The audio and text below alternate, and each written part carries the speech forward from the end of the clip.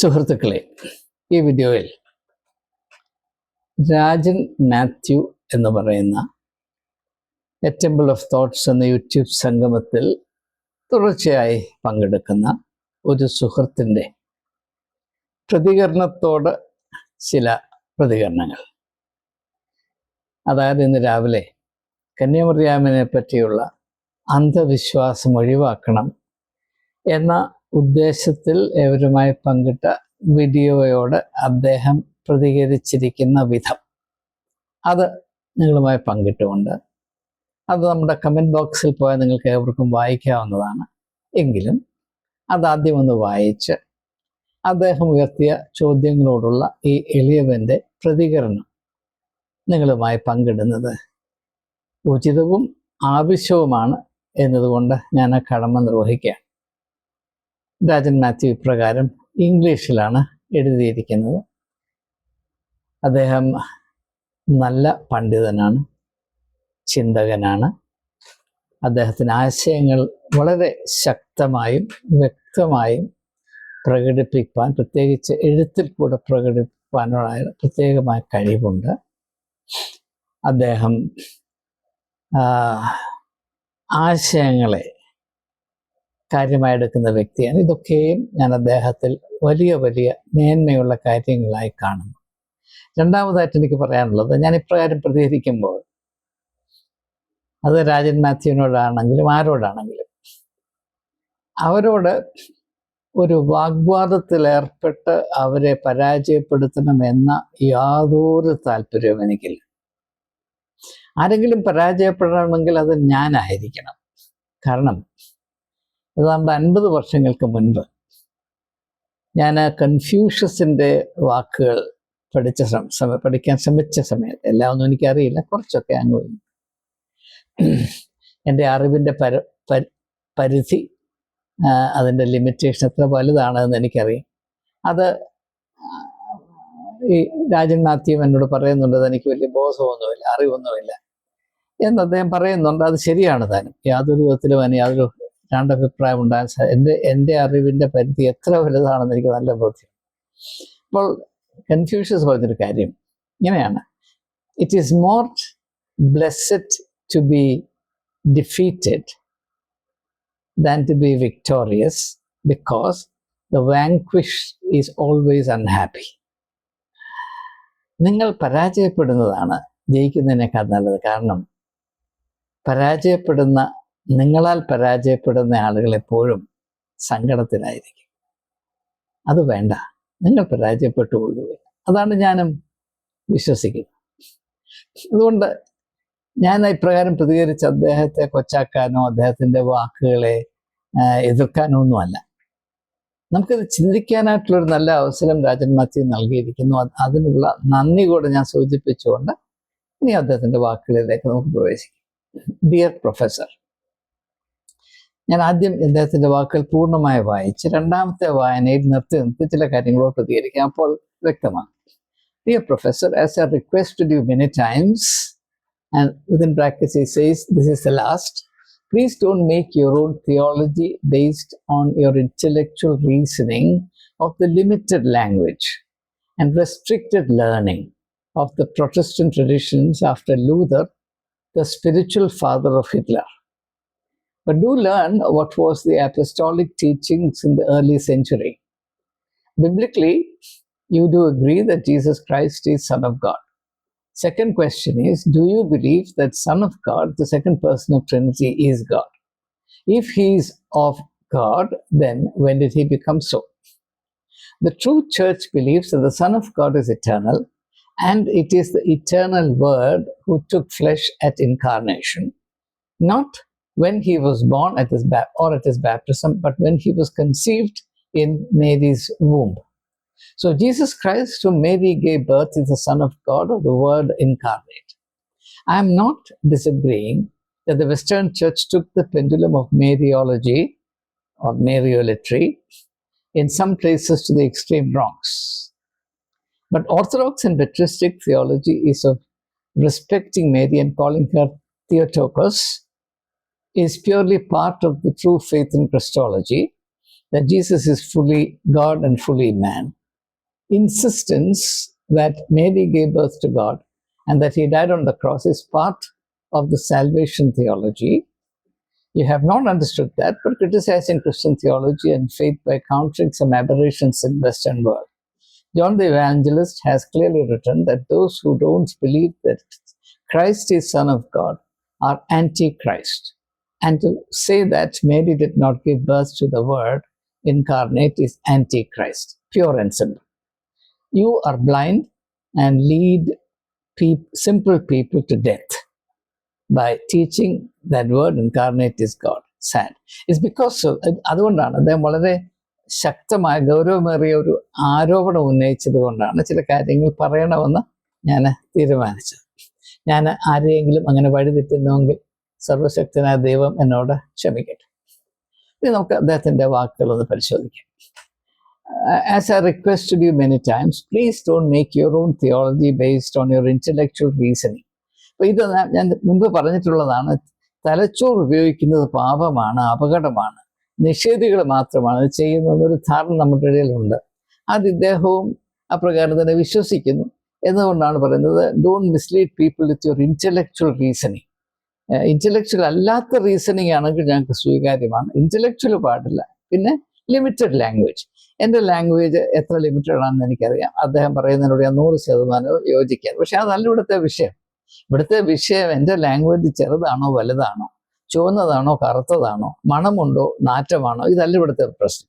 ഇവിടുത്തെ പ്രശ്നം യേശുക്രിസ്തു സുവിശേഷത്തിൽ കൂടെ എന്താണ് പറഞ്ഞത്, എപ്രകാരമാണ് തൻ്റെ അമ്മയെയും അപ്പനെയും സഹോദരന്മാരെയും സഹോദരിമാരെയും തൻ്റെ പരസ്യ ശുശ്രൂഷയുടെ ബന്ധത്തിൽ കണ്ടത്, അതാണ് ഇവിടുത്തെ പ്രശ്നം. അല്ലാതെ എൻ്റെ ഭാഷയോ ഭാഷയുടെ പരിമിതികളേറെയുണ്ട് എന്ന് സമ്മതിക്കുമ്പോൾ തന്നെ അതല്ല ഇവിടുത്തെ പ്രശ്നം. പിന്നെ അദ്ദേഹം പറയുന്നത് and restricted learning of Protestant traditions after Luther the spiritual father of Hitler. അപ്പോൾ ഇദ്ദേഹം പറയുന്നത് ഹിറ്റ്ലർ ഉണ്ടായതിൻ്റെ ഏക കാരണം ലൂതറാണ്. ലൂതർ എന്ന് പറഞ്ഞാൽ നമുക്കറിയാം റിഫർമേഷൻ ആരംഭിച്ച കത്തോലിക്ക സഭയുടെ അന്ധവിശ്വാസത്തെ ഒന്ന് കുറയ്ക്കാനെങ്കിലും ശ്രമിച്ച അദ്ദേഹത്തെ നാശം ചെയ്യാൻ സഭ എത്രമാത്രം പണിപ്പെട്ടു, എന്തെല്ലാം മാർഗം ഉപയോഗിച്ചു, ഏത് വിധത്തിലാണ് അദ്ദേഹം തടി തപ്പിയതെന്നൊക്കെ നമുക്കറിയാവുന്ന കാര്യമാണ്. അപ്പോൾ ആ ഒരു ചരിത്രപരമായ ദ്വേഷം ഇപ്പോഴും നിലനിൽക്കുന്നു. ലൂതർ എന്ന് പറയുന്ന ഒറ്റയാളാണ് ഹിറ്റ്ലറെ ഉണ്ടാക്കിയത്. ഹിറ്റ്ലറുടെ അപ്പനും അമ്മയും ഒന്നും ഇല്ലായിരുന്നു. ലൂതർ നേരെ പ്രസവിച്ചതാണ് ഹിറ്റ്ലർ എന്ന് അദ്ദേഹം പറയുന്നത്. സോ എന്നിട്ട് അദ്ദേഹം എന്നോട് ഉപദേശിക്കുന്നത്, learn what the apostolic teachings in the early century. യേശു പറഞ്ഞ കാര്യങ്ങളൊന്നും നോക്കരുത്, ആദ്യ നൂറ്റാണ്ടിൽ അപ്പോസ്തലന്മാരെന്താണ് പറഞ്ഞത്. എൻ്റെ പ്രിയപ്പെട്ടവരെ, അത് തന്നെയാണ് ഞാൻ പറയുന്നത്. പിൽക്കാലത്ത് യേശു പറഞ്ഞ കാര്യങ്ങളെ വക്രീകരിച്ചു. അങ്ങനെ വക്രീകരിക്കുന്നതിൻ്റെ പുറകിൽ ഒരു ലക്ഷ്യമുണ്ട്. ഇത് തന്നെയാണ് ഞാൻ പറഞ്ഞത്. അത് പറഞ്ഞത് ഞാൻ യേശുവിൻ്റെ പഠിപ്പീരുകളുടെയും യേശുവിൻ്റെ നിലപാടുകളെയും ആശ്രയിച്ചാണ്. ഇപ്പോൾ രാജൻ മാത്യു എന്നോട് പറയുകയാണ്, താൻ തൻ്റെ വീഡിയോയിൽ കൂടെ വിശുദ്ധ കന്യാമറിയാമിനെ പറ്റി പറഞ്ഞ കാര്യങ്ങൾ വേദപുസ്തകത്തിന് നിരക്കാത്തതാണ്, യേശു പറഞ്ഞതിന് ഇന്ന കാര്യത്തോട് യോജിക്കാത്തതെന്ന് പറഞ്ഞാൽ ഞാൻ തീർച്ചയായും അംഗീകരിക്കും. ഇന്ന സുവിശേഷത്തിൽ ഇന്ന കാര്യം താൻ പറഞ്ഞതിന് വിരുദ്ധമാണ് എന്ന് പറഞ്ഞാൽ സ്വീകരിക്കും. അതങ്ങനെയല്ല. 1-ാം നൂറ്റാണ്ടിൽ അന്നത്തെ തലയെടുപ്പുള്ള മെത്രാന്മാർ, ചർച്ച് ഫാദേഴ്സ് എന്ന് പറയും, അതാണ് പാട്രിസ്റ്റിക് തിയോളജി. അവര് ചർച്ച് പിതാക്കന്മാർ, സഭാപിതാക്കന്മാർ പറഞ്ഞ കാര്യങ്ങൾ എന്താണ് താങ്കൾ എടുക്കാത്തത്? എൻ്റെ പ്രിയപ്പെട്ട രാജൻ മാത്യു സഹോദര, കൈകൂപ്പി ഞാൻ പറയട്ടെ, ഏത് ചർച്ച് പിതാവ് ഏത് മാതാവ് പറഞ്ഞാലും അവർ യേശു പറഞ്ഞതിന് വിരുദ്ധമായിട്ട് പഠിപ്പിച്ചാൽ ഈ ഉള്ളവൻ എടുക്കത്തില്ല. അതെടുത്ത് ദൂരെ കുപ്പയിലോട്ട് ഞാൻ വലിച്ചെറിയും. അതെൻ്റെ നിലപാടാണ്. നിങ്ങൾക്ക് വേണമെങ്കിൽ പറയാം, ഞാനാണ് ഹിറ്റ്ലറെ പ്രസവിച്ചതെന്നും പറയാം. ഏതാ ഹിറ്റ്ലറെ കൈവിട്ടിട്ട് ഞാനാണ്, ലൂതറിനെ കൈവെടിഞ്ഞിട്ട് ഉപേക്ഷിച്ചിട്ട് ഞാനാണ് ഹിറ്റ്ലറെ പ്രസവിച്ചതെന്ന് വേണമെങ്കിൽ പറഞ്ഞു. പക്ഷേ ഈ പാട്രിസ്റ്റിക് തിയോളജിയിലെ നല്ല കാര്യങ്ങൾ ഞാൻ സ്വീകരിക്കും. ആദിമ നൂറ്റാണ്ടിലെ മഹാരഥന്മാരായ ചിന്തകരെ ഞാൻ ബഹുമാനിക്കും. പക്ഷേ അവർ പറഞ്ഞ ഏതെങ്കിലും കാര്യം ക്രിസ്തു പറഞ്ഞതിന്, യേശു കാട്ടിത്തന്ന മാർഗത്തിന് വിരുദ്ധമാണെങ്കിൽ ഞാൻ എടുത്ത് കുപ്പയിലോട്ട് കളയും. ഇതാണ് എൻ്റെ നിലപാട്. പിന്നെ ഞാൻ പറയുന്നത്, biblically do you agree that Jesus Christ is son of God? അതല്ലെന്ന് ഞാൻ പറഞ്ഞിട്ടില്ല. ഞാൻ എവിടെയെങ്കിലും ഈ 2800 വീഡിയോകൾ ഞാൻ നിങ്ങളോട് ചെയ്തിട്ടുണ്ട്. ഞാൻ ഏതെങ്കിലും സമയത്ത് യേശു ക്രിസ്തു ദൈവപുത്രനല്ല എന്ന് ഞാൻ പറഞ്ഞിട്ടില്ല. പക്ഷേ ഞാൻ പറഞ്ഞിട്ടുള്ള കാര്യം നാം എല്ലാവരും ദൈവമക്കളാണ് എന്നതാണ് സുവിശേഷം. യേശു മാത്രമല്ല, നാം എല്ലാവരും ദൈവമക്കളാണ്. പക്ഷെ അതാരും സമ്മതിക്കത്തില്ല. സുവിശേഷം അതാണ് എന്നോട് പറയുന്നത്. യോഹന്നാന്റെ സുവിശേഷം 1-ാം അധ്യായത്തിന് 12-ാം വാക്യം, അവനിൽ വിശ്വസിച്ച് അവനെ കൈക്കൊള്ളുന്ന ഏവർക്കും ദൈവമക്കളാകുവാൻ അവൻ അധികാരം കൊടുത്തു, അവസരം കൊടുത്തു എന്നല്ല പറയുന്നത്. അവസരം കൊടുത്തു എന്നല്ല പറയുന്നത്, അധികാരം കൊടുത്തു എന്നാണ് പറയുന്നത്. അപ്പോൾ പിന്നെ യേശു പറയുന്നു യോഹന്നാന്റെ സുവിശേഷം 14-ാം അധ്യായത്തിന് 12-ാം വാക്യം, എന്നിൽ വിശ്വസിക്കുന്ന ഏവനും ഞാൻ ചെയ്തത് മാത്രമല്ല അപ്പുറവും ചെയ്യും എന്നാണ് പറയുന്നത്. അതൊക്കെ ഇങ്ങനെയുള്ളവർക്ക് വലിയ പ്രയാസമാണ്. കാരണം എന്താണെന്ന് ചോദിച്ചാൽ, വിശ്വാസിയെ ചവിട്ടി താഴ്ത്തി ഇല്ലാതാക്കിയെങ്കിൽ മാത്രമേ സഭയുടെ അധികാരം നിരുപാധികമായ ജനങ്ങളുടെ മേൽ ഒരു വലിയ കല്ല് പോലെ എടുത്തു വെക്കാനൊക്കത്തുള്ളൂ എന്നതുകൊണ്ടാണ് വ്യക്തികളുടെ മാഹാത്മ്യം, വ്യക്തികളിൽ ദൈവീകമായ മർമ്മമുണ്ട് എന്ന് യേശു ആവർത്തിച്ച് പറയുമ്പോൾ, നിങ്ങളുടെ എല്ലാവരുടെയും ഉള്ളിൽ വെളിച്ചമുണ്ട്. മത്തായിയുടെ സുവിശേഷം 5-ാം അധ്യായം 14, 15, 16 വാക്യങ്ങൾ ഞാൻ പലതവണ ആവർത്തിച്ച് കൈകാര്യം ചെയ്യേണ്ട കാര്യം, ഇങ്ങനെയുള്ള ധാരണകൾ നമ്മുടെ മധ്യത്തിൽ അത്രമാത്രം രൂഢമൂലമായതുകൊണ്ടാണ്. അത് ആർക്കും സ്വീകാര്യമല്ല. നമ്മുടെ ഉള്ളിൽ അന്ധകാരം മാത്രമാണെന്നാണ് പറയുന്നത്. അപ്പൊ ആ ഒരു യാഥാർത്ഥ്യം, മനുഷ്യന്റെ ഉള്ളിലെ വെളിച്ചത്തെ ഉണർത്തുകയും അതിനെ വിലവെക്കുകയും ചെയ്യുന്നവനാണ് മനുഷ്യപുത്രൻ. യേശു മനുഷ്യപുത്രനാണ്. യേശു അങ്ങനെ മാത്രമേ തന്നെ അവതരിപ്പിച്ചിട്ടുള്ളൂ. ഞാൻ മനുഷ്യപുത്രനാണ്. പക്ഷെ അത് സ്വീകാര്യമല്ല. അപ്പോൾ അതേസമയം ഞാൻ നിങ്ങളോട് പറയുന്നു, ഞാൻ യേശു ദൈവപുത്രനല്ല എന്ന് ഒരിടത്തും പറഞ്ഞിട്ടില്ല. കാരണം മനുഷ്യപുത്രന്മാർ ദൈവപുത്രന്മാരാണ്. ദൈവപുത്രന്മാർക്ക് മാത്രമേ മനുഷ്യപുത്രന്മാരാകാൻ സാധിക്കത്തുള്ളൂ.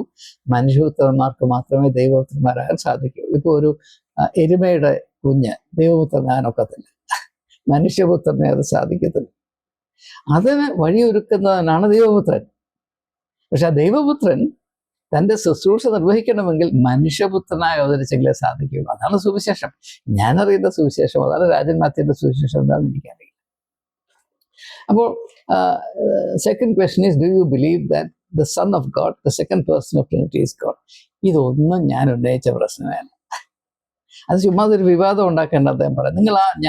ഞാൻ ഇന്ന് രാവിലെ പങ്കിട്ട വീഡിയോ ഒന്നുകൂടെ കണ്ടിട്ട്, ഈ ഇദ്ദേഹം ഉയർത്തുന്ന ഏതെങ്കിലും ചോദ്യം അതിനോട് ബന്ധമുള്ളതാണ് എന്ന് നിങ്ങൾ തന്നെ തീരുമാനിക്കും.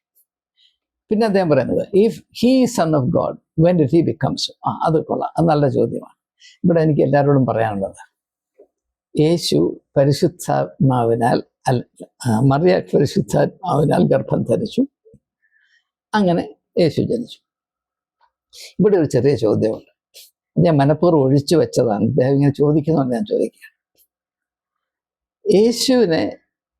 യേശുവിൻ്റെ ജനനം പരിശുദ്ധാത്മാവിനാൽ മാത്രമാണെങ്കിൽ യേശുവിൻ്റെ സ്നാനത്തിൽ കൂടെ പരിശുദ്ധാത്മാവ് അവൻ്റെ മേൽ വരേണ്ട ആവശ്യം എന്താണ്? ദയവായി നിങ്ങൾ ചിന്തിക്കും. പരിശുദ്ധാത്മാവിൻ്റെ നിറവിലാണ് യേശുവിൻ്റെ ജനനം. പിന്നെ എന്തിനാണ് ഈ സ്നാനത്തിൻ്റെ തന്നെ ആവശ്യം എന്താണ്? പോട്ടെ, സാരമില്ല, സ്നാനത്തിൻ്റെ ആവശ്യമാണ്. ഒരു പൊതുവായ അടയാളം നിലത്തിൽ ആവശ്യം. ആ സമയത്ത് പരിശുദ്ധാത്മാവിൻ്റെ അവൻ്റെ മേൽ വന്നു എന്ന് പറഞ്ഞാൽ അതിന് മുൻപുള്ള കാര്യം വന്നു എന്ന് പറയുന്ന കാര്യമുണ്ട്. ഇപ്പം നിങ്ങൾ വീട്ടിൽ മടങ്ങി വന്നു, അതിനുശേഷം പറയുകയാണ് വീട്ടിൽ മടങ്ങി വന്നു, വീട്ടിൽ തന്നെ ഇരിക്കുന്ന വീണ്ടും മടങ്ങി വന്നു എന്ന് പറഞ്ഞിട്ട് വല്ല കാര്യമുണ്ടോ? സാമാന്യ ബുദ്ധിക്ക് നിൽക്കുന്ന കാര്യമാണ്. ഇതുകൊണ്ട് നാം മനസ്സിലാക്കേണ്ട കാര്യം, യേശുവിൻ്റെയും നമ്മുടെ ഓരോരുത്തരുടെയും ജീവിതത്തിൻ്റെ അടിത്തറ ആത്മീയത തന്നെയാണ്. പരിശുദ്ധാത്മാവാണ് ജീവന്റെ മർമ്മം. അതില്ലാതെ ഈ ലോകത്തിൽ ഒരു മനുഷ്യന് ജീവിതമില്ല. നമ്മുടെ ജീവിതത്തിൻ്റെ ആരംഭം പരിശുദ്ധാത്മാവാണ്. അത് ദൂരെ നിങ്ങൾ വരേണ്ട കാര്യമൊന്നുമില്ല. എന്നാൽ അതേസമയം തന്നെ ആ പരിശുദ്ധാത്മാവിൻ്റെ കർത്തൃത്വം അംഗീകരിക്കണമോ വേണ്ടയോ എന്ന് തീരുമാനിക്കാനുള്ള സ്വാതന്ത്ര്യം നമുക്ക് നൽകി. യേശുവിൻ്റെ സ്നാനത്തിൻ്റെ ഒരേ ഒരു ഉദ്ദേശം ആ പരിശുദ്ധാത്മാവിൻ്റെ നിയന്ത്രണവും നടത്തിപ്പും പൂർണ്ണമായി അംഗീകരിപ്പാൻ ഞാനിത എന്നെ തന്നെ സമർപ്പിച്ചിരിക്കുന്നു എന്ന പൊതുവായ ഒരു അടയാളപ്പെടുത്തലാണ് യേശുവിൻ്റെ സ്നാനം. അങ്ങനെയല്ല സഭകൾ സ്നാനമെന്ന് പറയുന്ന കർമ്മം നിർവഹിക്കുന്നത് എന്ന് നമുക്കറിയാം. The true church believes. അപ്പം ഇപ്പൊ ട്രൂ ചർച്ച് എന്ന് അദ്ദേഹം പറയുമ്പോൾ കത്തോലിക്ക ആണ് മനസ്സിലാക്കണം. ബാക്കി ഒരു സഭയും ട്രൂ അല്ല, സത്യമല്ല, ബാക്കിയെല്ലാം കപടമാണ് എന്നാണ് അദ്ദേഹം പറയുന്നത്. The true church believes that the son of God is eternal. അല്ലെന്ന് ഞാൻ പറഞ്ഞിട്ടേ ഇല്ല, എങ്ങും പറഞ്ഞിട്ടില്ല. And that it is the eternal word who took flesh at incarnation എന്ന് യോഹന്നാൻ പറയുന്നുണ്ട്. യോഹന്നാന്റെ സുവിശേഷം 1-ാം അധ്യായത്തിലെ 11-ാം വാക്യം, വചനം ജഡമായി തീർന്നു, കൃപയും സത്യവും നിറഞ്ഞവനായി നമ്മുടെ ഇടയിൽ പാർത്തു. അപ്പോൾ ആ പ്രക്രിയ എല്ലാവരിലും ആവർത്തിക്കണമെന്ന് അദ്ദേഹം പറയില്ല. അതാണ് സുവിശേഷം എന്ന് പറയുന്നത്. The tidings of great gladness for all of humankind is that the very significant beginning inaugurated through Jesus Christ is repeatable in the life of every human being. അല്ലെങ്കിൽ ഇതുമായിട്ട് യാതൊരു ബന്ധവുമില്ല. സഭകൾ ഇതൊക്കെ ഒരു വലിയ വലിയ മിസ്റ്ററി ആയിട്ട് വെച്ചിരിക്കുന്നതിൻ്റെ കാര്യം സാധാരണക്കാര് അങ്ങോട്ട് നോക്കരുത്, കാണരുത്, അറിയരുത്. കാരണം അവരറിഞ്ഞാൽ മുഖം അവിടെ കഴുത്തിൽ നിന്ന് വീണു പോകും എന്നതുകൊണ്ടാണ്. യേശുവിൻ്റെ മാർഗം വളരെ ലളിതമാണ്. നിങ്ങൾ ഏത് അവസ്ഥയിലാണെങ്കിലും, നിങ്ങൾ ജനിച്ചത് എങ്ങനെയാണെങ്കിലും, നിങ്ങളുടെ അപ്പനും അമ്മയും എത്ര പൊട്ടന്മാരാണെങ്കിലും, ദൈവകൃപയ്ക്ക് നിങ്ങൾക്ക് അവകാശമുണ്ട്. നിങ്ങളുടെ അപ്പൻ കള്ളുകൂടിയനാണ്, നിങ്ങളുടെ അമ്മ വേശ്യയാണ് എന്ന് പറഞ്ഞാൽ നിങ്ങൾക്ക് ഒരു പ്രയാസവും വേണ്ട. നിങ്ങൾക്കൊരു ദൈവ പൈതലാകാനുള്ള അവകാശം ദൈവം നൽകിയിട്ടാണ് ഇങ്ങോട്ട് വിട്ടിരിക്കുന്നത്. അതാണ് സുവിശേഷം. അതിലെന്തെല്ലാം കോലാഹലങ്ങളാണ് ഉണ്ടാക്കി വെച്ചിരിക്കുന്നത്. എൻ്റെ ഒന്നും യാതൊരു ആവശ്യവുമില്ല. Our church believes that Son of God is eternal and it is the eternal Word who took flesh at incarnation. എനിക്ക് രാജൻ മാത്യുവോട് ചോദിക്കാനുള്ള കാര്യം, ഇതൊരു വിശ്വാസ പ്രമാണമാണ് അല്ലെന്ന് ഞാൻ പറയുന്നത്. അത് താങ്കളുടെ ജീവിതത്തിൽ എങ്ങനെയാണ് അനുഭവിക്കുന്നത്? ഇതുകൊണ്ട് എന്ത് പ്രയോജനമാണ്? ആ വചനം നിത്യമായ വാക്കാണ്, വചനമാണ് എന്ന് പറഞ്ഞിട്ട് താങ്കൾക്ക് എന്താണ് അതുകൊണ്ട് എന്തെങ്കിലും വ്യത്യാസം വന്നു? ഈ ഒരു വിശ്വാസ പ്രമാണം ഇല്ലെങ്കിൽ താങ്കൾക്ക് എന്തെങ്കിലും നഷ്ടം. ഈ പറയുന്ന കാര്യങ്ങൾ വഴക്കിന് വേണ്ടി മാത്രമാണ്. നമ്മുടെ ജീവിതത്തിൽ ഇതൊന്നും തെറ്റാണെന്നല്ല ഞാൻ ഈ പറയുന്നത്. ദയവായി മനസ്സ് തെറ്റിദ്ധരിക്കരുത്. ഇതൊന്നും തെറ്റാണെന്നല്ല ഞാൻ ഈ പറയുന്നത്. ഞാൻ പറയുന്നത് ഈ വിശ്വാസ പ്രമാണം നോക്കാൻ നമ്മൾ പറഞ്ഞു വെച്ചിരിക്കുന്നത് വലിയ മണ്ഡൽ സ്ഥാനമായിട്ട് വെച്ചിരിക്കുന്നത് നമ്മുടെ ജീവിതവുമായി യാതൊരു ബന്ധവുമില്ല എന്ന് ദയവായി മനസ്സിലാക്കി. പിന്നെ സഭകൾ ഇങ്ങനെ പഠിപ്പിക്കുന്നു, ഞങ്ങൾ പറഞ്ഞ സഭയുടെ പ്രമാണങ്ങളെ ചോദ്യം ചെയ്യാൻ താൻ ആരാണ് എന്നേ ഉള്ളതിനകത്ത്. സഭയെ സംരക്ഷിക്കുക, അല്ല ജനങ്ങൾക്ക് നന്മ വരണമെന്ന് യാതൊരു താല്പര്യവുമില്ല. ഇതിൽ ഏതെങ്കിലും ഒരു ഇദ്ദേഹം പറയുന്ന ഏതെങ്കിലും കാര്യം ഞാൻ എൻ്റെ ജീവിതത്തിൽ ഇങ്ങനെ അനുഭവിച്ചു, ഇത് ചെയ്തത് കൊണ്ട് എൻ്റെ ജീവിതത്തിൽ ഈ നന്മ വന്നു എന്ന് അദ്ദേഹം പറഞ്ഞാൽ ഞാൻ അത് സ്വീകരിക്കാൻ തയ്യാറാണ്. നീ വിശ്വസിക്കുന്നുണ്ടോ? നീ വിശ്വസിക്കുന്നു. എനിക്ക് ചോദിക്കാനോ താങ്കൾ വിശ്വസിക്കുന്നുണ്ടോ? ഉണ്ടെങ്കിൽ അതുകൊണ്ട് എന്ത് ഫലം പുറപ്പെടുവിച്ചു? ഇത് മാത്രമാണ് എനിക്കറിയുള്ളൂ. ആ ഫലമുണ്ടെങ്കിൽ ഞാൻ സാഷ്ടാംഗം വീട് നമസ്കരിക്കാൻ തയ്യാറാണ്. So the church believes that the son of God is eternal അല്ലെന്ന് ഞാൻ ഒരിക്കലും പറഞ്ഞിട്ടില്ല. And that it is the eternal word who became flesh അല്ലെന്ന് ഞാൻ പറഞ്ഞിട്ടില്ല, എങ്ങും പറഞ്ഞു. പക്ഷേ ഈ വേർഡ് എന്ന് പറഞ്ഞാൽ എന്താണെന്ന് ഇവർക്ക് ആർക്കും അറിഞ്ഞുകൂടാ എന്നൊരു സത്യമാണ്. അതിന് ഒരു ചെറിയ ചർച്ചയ്ക്ക് ആരെങ്കിലും താല്പര്യമുണ്ടെങ്കിൽ പങ്കെടുക്കാൻ ഞാൻ തയ്യാറാണ്. എന്താണ് ഈ വേർഡ്? വചനം എന്ന വാക്ക് എന്താണ്? അതിൻ്റെ അർത്ഥം എന്താണെന്ന് അറിയാമോ? അത് യഥാർത്ഥത്തിൽ യേശു വചനം ജഡമായി തീർന്നു എന്ന് പറഞ്ഞാൽ സഭകൾ നിർത്തിവെക്കേണ്ടി വരും. നിങ്ങൾക്കറിയാമോ? വേർഡ് എന്ന് പറഞ്ഞാൽ സർവചരാചരത്തെയും അതിൻ്റെ അർത്ഥത്തിൽ നിലനിർത്തുന്ന ജീവന്റെ മർമ്മത്തിന്റെ പേരാണ് വചനം എന്നുള്ളത്. അതിങ്ങനെ ക്രിസ്ത്യാനികളുടെ പോക്കറ്റിൽ കൊണ്ടിടുന്നത്, അതിങ്ങനെ സഭയുടെ കുത്തകയാകുന്നത് ലോകത്തിലെ ഏറ്റവും വലിയ കള്ളം. ഈ ജഡമായി തീർന്ന വചനം ക്രിസ്ത്യാനിയുടെ സ്വകാര്യസ്ഥതാണെന്ന് പറയുന്നതാണ് ലോകത്തിലെ ഏറ്റവും വലിയ ധിക്കാരവും കള്ളവും അസഭ്യവും. ഇതുകൊണ്ടാണ് ക്രിസ്തീയ സഭ കണ്ണടഞ്ഞു പോയത്. അത് തിരിച്ചറിയാനുള്ള ധൈര്യം മനുഷ്യർക്കുണ്ടാകാതെ ഒരു വിടുതൽ. യേശു എന്തുകൊണ്ട് സാർവലൗകികമാർ ദർശനം പാലിച്ചു എന്ന് ചോദിച്ചാൽ, ഒരു സഭയ്ക്കും ഉൾക്കൊള്ളാത്ത വിധത്തിൽ യേശുവിൻ്റെ വ്യക്തിത്വം വലിപ്പമുള്ളതായിരുന്നു എന്ന് ചോദിച്ചാൽ വചനം ജഡമായി തീർന്നത് കൊണ്ടാണ്. വചനം ജഡമായി തീർന്നാൽ അപ്രകാരമുള്ള വ്യക്തിത്വത്തിന്റെ കാഴ്ചപ്പാട് ഒരു സഭയുടെയും പരിധിയിൽ നിൽക്കാനോ ഒരു സഭയുടെയും അജണ്ട കാത്തു സൂക്ഷിക്കാനോ സാധിക്കുകയില്ല. അപ്പോൾ വചനം ജഡമായി തീർന്നാണ് യേശു എന്ന സത്യത്തെ ഇദ്ദേഹം നാക്കുകൊണ്ട് സമർത്ഥിക്കുമ്പോൾ ഇദ്ദേഹത്തിന്റെ സമീപനം കൊണ്ട് അത് 100% നിരാകരിക്കുകയാണ്. കത്തോലിക്ക സഭ മാത്രമാണ് യഥാർത്ഥ സഭ എന്ന് പറഞ്ഞിട്ട് വചനം ജഡമായി തീർന്നു എന്ന് പറയുന്നതിനകത്ത് ആ 100% പരസ്പര വിരോധാഭാസം മനസ്സിലാക്കാനുള്ള കൃപ ദൈവമേ എൻ്റെ ഇളയ സഹോദരനായ രാജൻ മാത്യുവിന് കൊടുക്കണമേ എന്ന് ഞാൻ പ്രാർത്ഥിക്കുകയാണ്. പിന്നെ അദ്ദേഹം പറയുന്നത്, so Jesus Christ whom Mary gave birth is the Son of God or the Word incarnate. അത് വലിയ പ്രശ്നമാണ്, എനിക്കല്ല, കത്തോലിക്ക സഭയ്ക്ക്. അതുകൊണ്ടാണ് യേശുവിനെ മാറ്റി നിർത്തി മറ്റെല്ലാം കത്തോലിക്ക സഭയുടെ ഉള്ളിൽ പ്രകൃതി. ഞാൻ എൻ്റെ ഒരു അനുഭവം കൂടെ പറയാം. എനിക്ക് തോന്നുന്നു ഇന്ത്യയിൽ പ്രൊട്ടസ്റ്റന്റ് തിയോളജിയൻസിൽ കത്തോലിക്ക സെമിനറിയിൽ ക്ലാസ് എടുത്ത ഒറ്റ വ്യക്തി ഞാനാണ്. ഡൽഹിയിലെ വിദ്യാജ്യോതിയിൽ ഒരു കാലത്ത് ഒരു എൻറ്റയർ കോഴ്സ് ഞാൻ ഇൻട്രൊഡ്യൂസ് ചെയ്തു. കത്തോലിക്കരുടെ തിയോളജിക്കൽ സെമിനറിയാണ്. മാത്രം കത്തോലിക്കരുടെ ഇടയിൽ എനിക്ക് അംഗീകാരം ഉണ്ടായിരുന്നു. പക്ഷെ അന്ന് ഞാനവിടെ ക്ലാസ് എടുക്കാൻ പോകുമ്പോൾ അന്നത്തെ റെക്ടർ, വിദ്യാജ്യോതിയുടെ റെക്ടർ എന്നോട് പറഞ്ഞു, ഒരു കാര്യം ദയവായി പരിഗണിക്കണം. കത്തോലിക്ക സഭയെ സംബന്ധിച്ചിടത്തോളം യേശുക്രിസ്തുവും വേദോസ്തവും ഒന്നും അല്ല, സഭയുടെ നിലപാട് മാത്രമാണ് പ്രാർത്ഥന. ഇതാണത്തെ സത്യം. ഇതാണ് ആ ഒരു താരിപ്പിൽ പരിശീലിപ്പിക്കപ്പെടുന്ന ആളുകളുടെ പ്രതികരണം ഇങ്ങനെ ആയിരിക്കും, ഇങ്ങനെ മാത്രമേ ആകാൻ സാധിക്കുകയുള്ളൂ എന്ന് നിങ്ങൾ മനസ്സിലാക്കേണ്ടതിന് വേണ്ടിയാണ് വാസ്തവത്തിൽ ഞാൻ ഇത് നിങ്ങളുമായി പങ്കിടുന്നത്. അപ്പോൾ Jesus Christ whom Mary gave birth to the Son of God, the Word incarnate. I am not disagreeing that the Western Church took the pendulum of Mariology. Mariology അല്ല, Mariolatry. Mariolatry എന്ന് പറഞ്ഞാൽ കന്യമറിയാമിനെ ആരാധിക്കുക. Mariology എന്ന് പറഞ്ഞാൽ study or the school of thought centered on Mary. ഞാൻ അതിനെപ്പറ്റിയാണ് പറഞ്ഞത്. ഞാൻ Mariolatryയെ പറ്റിയാണ് പറഞ്ഞത്. കോട്ടാതെ സാറേ. അപ്പം ചിലയിടങ്ങളിലൊക്കെ സഭ, കത്തോലിക്ക സഭയിൽ കുറെ കൂടുതൽ തള്ളിക്കൊണ്ടുപോയി എന്ന് അദ്ദേഹം പറയുന്നുണ്ട്. But orthodox and patristic theology of respecting Mary and calling her Theotokos എന്ന് പറഞ്ഞാൽ ദൈവത്തിൻ്റെ മാതാവ്, ദൈവമാതാവ്, അങ്ങനെ അല്ലെന്ന് ഇപ്പോൾ പോപ്പ് പറഞ്ഞത് ഇദ്ദേഹത്തിന് അറിഞ്ഞുകൂടാ. പോപ്പ് ലിയോ പറഞ്ഞു, നിങ്ങൾ ഒരിക്കലും ഈ മണ്ടത്തരം പറയരുത്. കന്യമറിയാമനെ ദൈവമാതാവായി നിങ്ങൾ ഒരിക്കലും ചിത്രീകരിക്കരുത്, അങ്ങനെയല്ല. ആ സങ്കല്പം തന്നെ വേദപുസ്തകത്തിനെതിരാണ് എന്ന് എനിക്ക് പറയേണ്ട കാര്യമല്ല. പോപ്പ് ലിയോ വളരെ വ്യക്തമായിട്ട് പറഞ്ഞിട്ടുണ്ട്. ഞാൻ അതുകൊണ്ട് കൂടുതലായിട്ട് അത് കൈകാര്യം ചെയ്തു. അപ്പോൾ അദ്ദേഹം പറഞ്ഞു അത് ക്രിസ്റ്റോളജിയുടെ ഭാഗമാണെന്ന് പറഞ്ഞു. ക്രിസ്റ്റോളജി എന്ന് പറഞ്ഞാൽ the study of the life and teachings of Jesus Christ. അതിന് രണ്ടും കടകവിരുദ്ധമാണ്, അദ്ദേഹത്തിന് അറിഞ്ഞുകൂടാ.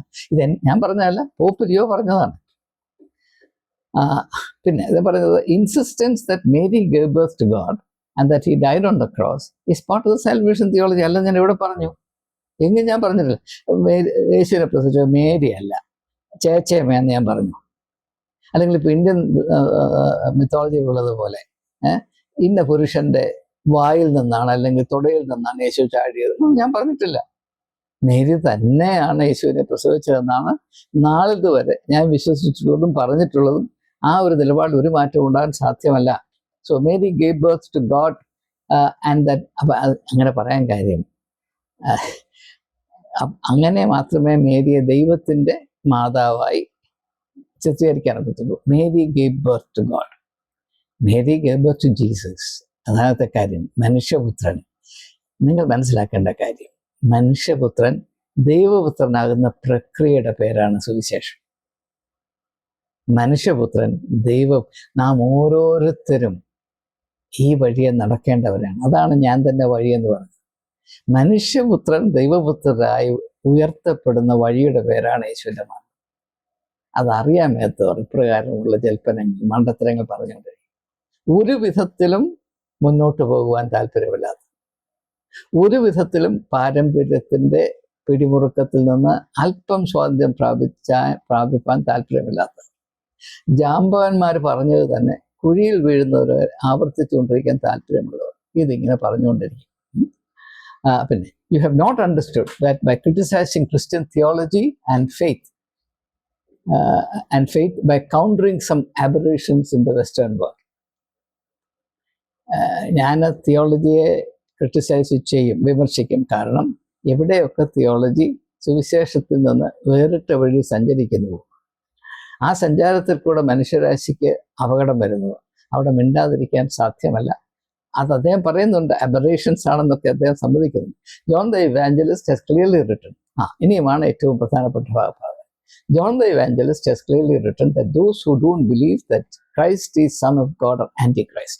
അപ്പോൾ അദ്ദേഹം ഞാനൊരു അന്തിക്രിസ്തു ആണ് എന്ന് സ്ഥാപിക്കാനുള്ള ശ്രമത്തിലാണ്. ആയിരിക്കാം, എനിക്കറിഞ്ഞുകൂടാ. ലക്ഷണങ്ങളൊക്കെ ഞാൻ പഠിച്ചിട്ടില്ല, നിങ്ങൾക്കറിയാമെങ്കിൽ എന്നെ അറിയിക്കും. അപ്പം യോഹന്നാൻ പറയുന്നത് യേശു ദൈവപുത്രനാണ് എന്ന് വിശ്വസിക്കാത്തവനൊക്കെ അന്തിക്രിസ്തു ആണ്. ഞാൻ ആ കൂട്ടത്തിൽപ്പെടുന്ന ആളാണ്. And to say that Mary did not give birth to the word incarnate is antichrist. ഞാൻ വേറൊരു വീഡിയോ ചെയ്തിട്ടുണ്ട്. വേദപുസ്തകം ദൈവവചനമല്ല, എന്നാൽ ദൈവവചനത്തെ അന്വേഷിക്കാനായി മനുഷ്യരെ സഹായിക്കുന്ന വഴികാട്ടിയാണ് വേദപുസ്തകം ഞാൻ പറഞ്ഞിട്ടുണ്ട്. കാരണം ഈ വേദപുസ്തകം മുഴുവനും ദൈവത്തിൻ്റെ വാക്കുകളാണെന്ന് പറഞ്ഞാൽ ആ ദൈവത്തിന് വലിയ തട്ടുകേടാണ്. ഞാൻ കൂടുതലായിട്ട് അത് പ്രതിപാദിക്കുന്നില്ല, അതിനെപ്പറ്റി ഞാൻ വീഡിയോ പണ്ട് ചെയ്തിട്ടുള്ളൂ. പഴയ നിയമമൊക്കെ വായിച്ചാൽ നിങ്ങൾ ബോധം കേട്ടു പോട്ടെ. വിടുന്നു. You are blind and lead simple people to death. ഞാൻ അന്ധനാണ്, പാവപ്പെട്ട ആളുകളെ ഞാൻ മരണത്തിലേക്ക് വഴി നടത്തും. By teaching the word incarnate is not God. Sad. ഞാനതൊന്നുമല്ല പറഞ്ഞത്. ഞാൻ പറഞ്ഞത് മേരിയെ ഇങ്ങനെ ദൈവത്തിൻ്റെ ഗുണങ്ങൾ അല്ലെങ്കിൽ അനുഗ്രഹങ്ങൾ അത് അർഹിക്കാത്ത ആളുകൾക്ക് റെക്കമെൻഡ് ചെയ്ത് വാങ്ങിച്ചു കൊടുക്കുന്ന ഒരു നികൃഷ്ട ജന്തുവായിട്ട് നിങ്ങൾ അവതരിപ്പിക്കുകയും അതൊരു കച്ചവട ചരക്കാക്കരുത് എന്ന് മാത്രമേ ഞാൻ പറഞ്ഞിട്ടുള്ളൂ. വേറെ ഒന്നും ഇദ്ദേഹം പറഞ്ഞ കാര്യങ്ങൾ മുഴുവനും ഞാൻ ചിന്തിക്കാത്ത കാര്യങ്ങളാണ്. നിങ്ങൾ ആ വീഡിയോ കണ്ടിട്ട് നിങ്ങൾ തന്നെ തീരുമാനിക്കാം ഈ പറയുന്നത് ഞാൻ പറഞ്ഞതുമായിട്ട് എന്തെങ്കിലും. എന്നാൽ ഇത് മനസ്സിലാക്കേണ്ട കാര്യം, സഭയുടെ നിലപാടുകളെ ന്യായീകരിക്കാനും അത് നിലനിർത്താനുമായി സഭയുടെ ഭടന്മാരായി ഇറങ്ങുന്ന ആളുകൾ ഒരിക്കലും ഒരാശയത്തെ അതിൻ്റെ സത്യസന്ധതയിൽ പരിഗണിക്കുകയില്ല. ഒരാശയം അവതരിപ്പിച്ചാൽ അത് നേരെ ഘടകം തിരിഞ്ഞ്, ഇപ്പോൾ ഞാൻ നിങ്ങളോട് ചോദിക്കുകയാണ്, അല്ലെങ്കിൽ നിങ്ങൾ എന്നോട് ചോദിക്കുകയാണ്, താൻ കഴിഞ്ഞ ദിവസം ഞങ്ങളുടെ വീട്ടിൽ വന്നപ്പോഴേ അവിടെ ഉണ്ടായിരുന്ന മേശപ്പുറത്ത് വെച്ചിരുന്ന ഒരു പുസ്തകം മോഷിച്ചുകൊണ്ട് പോയില്ല. ഞാൻ മോഷിച്ചുകൊണ്ട് പോയതാണ് എന്ന് വിചാരിക്കും. അപ്പം ഞാൻ പറയുകയാണ്, നിങ്ങൾക്കറിയാമോ ഈ രാജ്യത്തെ ലോകത്തെമ്പാടുമുള്ള വ്യവസായ പ്രക്രിയ കൊണ്ട് അന്തരീക്ഷം മലീമസമായിരിക്കുകയാണ്. ക്ലൈമറ്റ് ചേഞ്ച് ഇങ്ങനെ വന്നുകൊണ്ടിരിക്കും. അതുകൊണ്ട് നമുക്ക് അത് സംബന്ധമായ കാര്യങ്ങൾ മാത്രമേ സംസാരിക്കാൻ ആവശ്യമുള്ളൂ. അല്ലാത്തവൻ ഈ ക്ലൈമറ്റ് ചേഞ്ച് അല്ലെങ്കിൽ ഗ്ലോബൽ വാർമിംഗ് ഇതിനോട് യാതൊരു ചുമതലയില്ലാത്തവനാണ്. ഞാൻ പറഞ്ഞത് എന്താണ്, നിങ്ങൾ പറഞ്ഞത് എന്താണ്, ഞാൻ അങ്ങോട്ട് പറയുന്നത് ഇതേ അവസ്ഥയിലാണ്. ഏതായാലും പ്രതികരിക്കാൻ കൂട്ടാക്കിയ രാജൻ മാത്യുവിനോടുള്ള എൻ്റെ സ്നേഹവും ബഹുമാനവും അറിയിക്കാതിരിക്കാൻ നിവൃത്തിയില്ല. അദ്ദേഹം ഇത്രയും അതെ എന്ന് മാത്രവുമല്ല, എൻ്റെ നിലപാടുകൾ, ചിന്തകൾ കുറച്ചുകൂടെ സ്പഷ്ടമായി നിങ്ങളുമായി പങ്കിടാൻ അദ്ദേഹം ഒരിക്കൽ കൂടെ വേദിയൊരുക്കി എന്നതിലുള്ള നന്ദിയും അറിയിച്ചുകൊണ്ട് വാക്കുകൾ ഉപസംഹരിക്കുന്നു. ഏവർക്കും നമസ്കാരം.